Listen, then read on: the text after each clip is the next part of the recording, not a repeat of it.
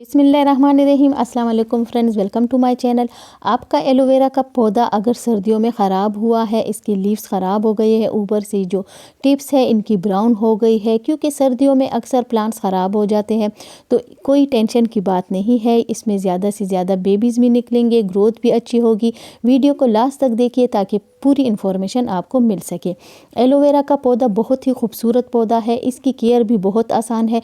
जो care tips आज मैं आपको बताने वाली हूँ वो आपने अगर किए तो आपका प्लांट भी इसी तरह से बुशी होगा। अगर आपने इसका नया पौधा आप लेके आई है, उसको आपने दोबारा से कैसे पॉट में लगाना है और कैसी सॉइल में आपने इसको लगाना है, कैसी जगह पे रखना है, तो ये सब कुछ आज की वीडियो में आपको मैं बताने वाली हूँ। वीडियो को ज़रूर वॉच किया करें लास्ट तक। इसके अलावा मेरे सकुलेंट की चैनल को भी आप सब्सक्राइब करें, लिंक मैं डिस्क्रिप्शन में भी दे दूँगी।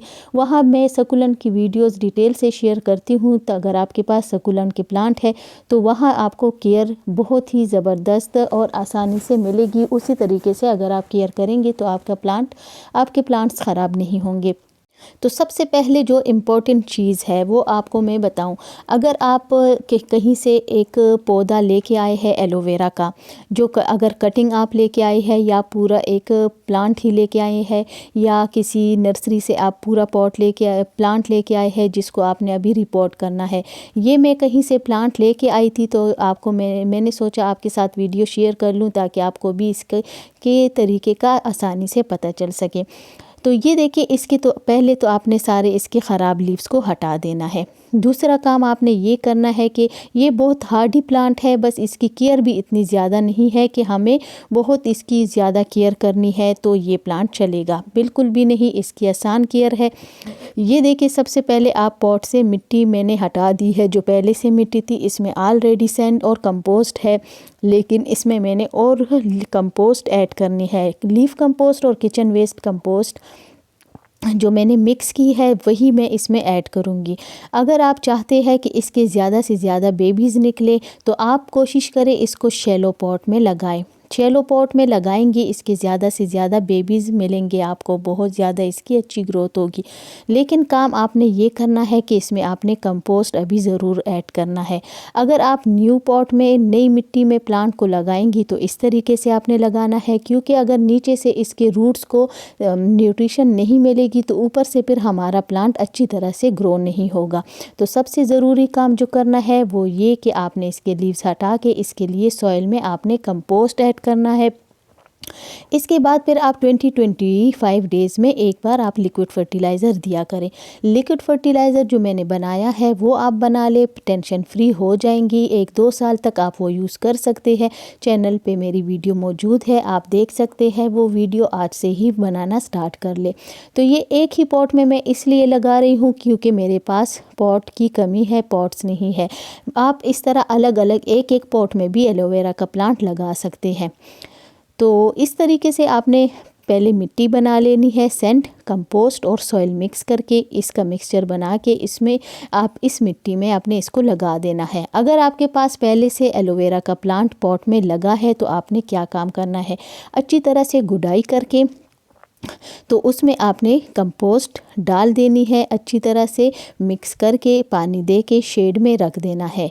अच्छा, तो समर में आपने इसको ऐसी जगह पे रखना है कि 1 से 2 घंटे की डायरेक्ट इस पे लाइट आए, ज़्यादा ना आए, थोड़ी सी शेड वाली जगह पे आप रख लें। इसके अलावा आपने विंटर में क्या करना है, इसको शेड में या अगर डायरेक्ट सनलाइट में भी रखें, लेकिन ओस से बचाना है। ओस के साथ अक्सर प्लांट्स ख़राब हो जाते हैं, इनके लीव्स ख़राब हो जाते हैं।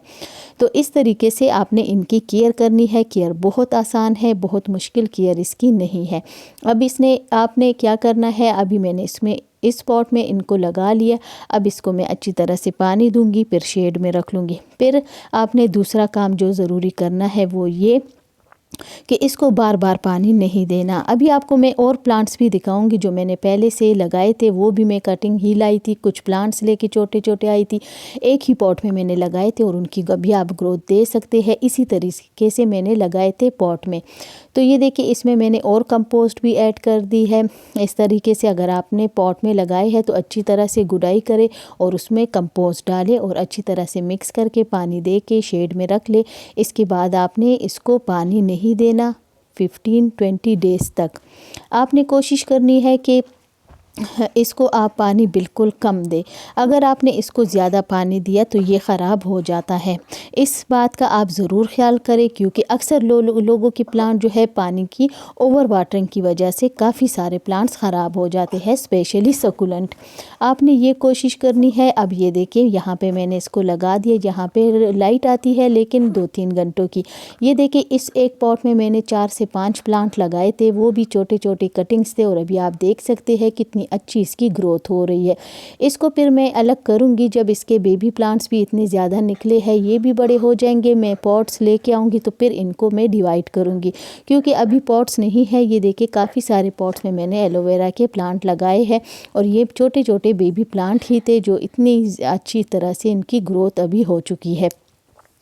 तो इस तरीके से आप अगर एलोवेरा प्लांट की केयर करेंगे तो आपके एलोवेरा में बहुत ज़्यादा जेल भी होगा, और बहुत ही, अब आपको पता है कि एलोवेरा हमें बहुत ही ज़्यादा इनकी ज़रूरत होती है। इसके लीव से हम बालों के लिए भी इसकी काफ़ी सारी रेमेडीज़ बनती है। इसके अलावा फेस के लिए हर चीज़ काफ़ी ज़्यादा इसके बेनिफिट्स है।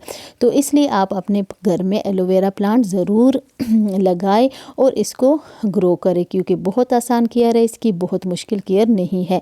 इसके अलावा बाकी जितने भी परमानेंट प्लांट्स हैं अभी आप उनकी कटिंग लगा सकते हैं, उनकी आप प्रूनिंग कटिंग करें, उसके पॉट्स में कंपोस्ट डालें, क्योंकि कंपोस्ट डालने का टाइम ये बेस्ट है। अगर आपने अभी नहीं डाला तो फिर बाद में थोड़ी सी आपके लिए मुश्किल हो सकती है। फिर हम ज़्यादा से ज़्यादा इनको फर्टिलाइज़र ही देते हैं बाद में। इस मंथ में हमने कंपोस्ट डालनी है। तो और मेरे गार्डन की कुछ सेटिंग हो गई है, देखिए आपके साथ मैं शेयर कर रही हूँ। इंशाल्लाह ओवरव्यू में फिर आपको मैं काफ़ी ज़्यादा जब सेटिंग कर लूँगी तो आपके साथ में शेयर करूँगी। Thank you. अल्लाह हाफिज़।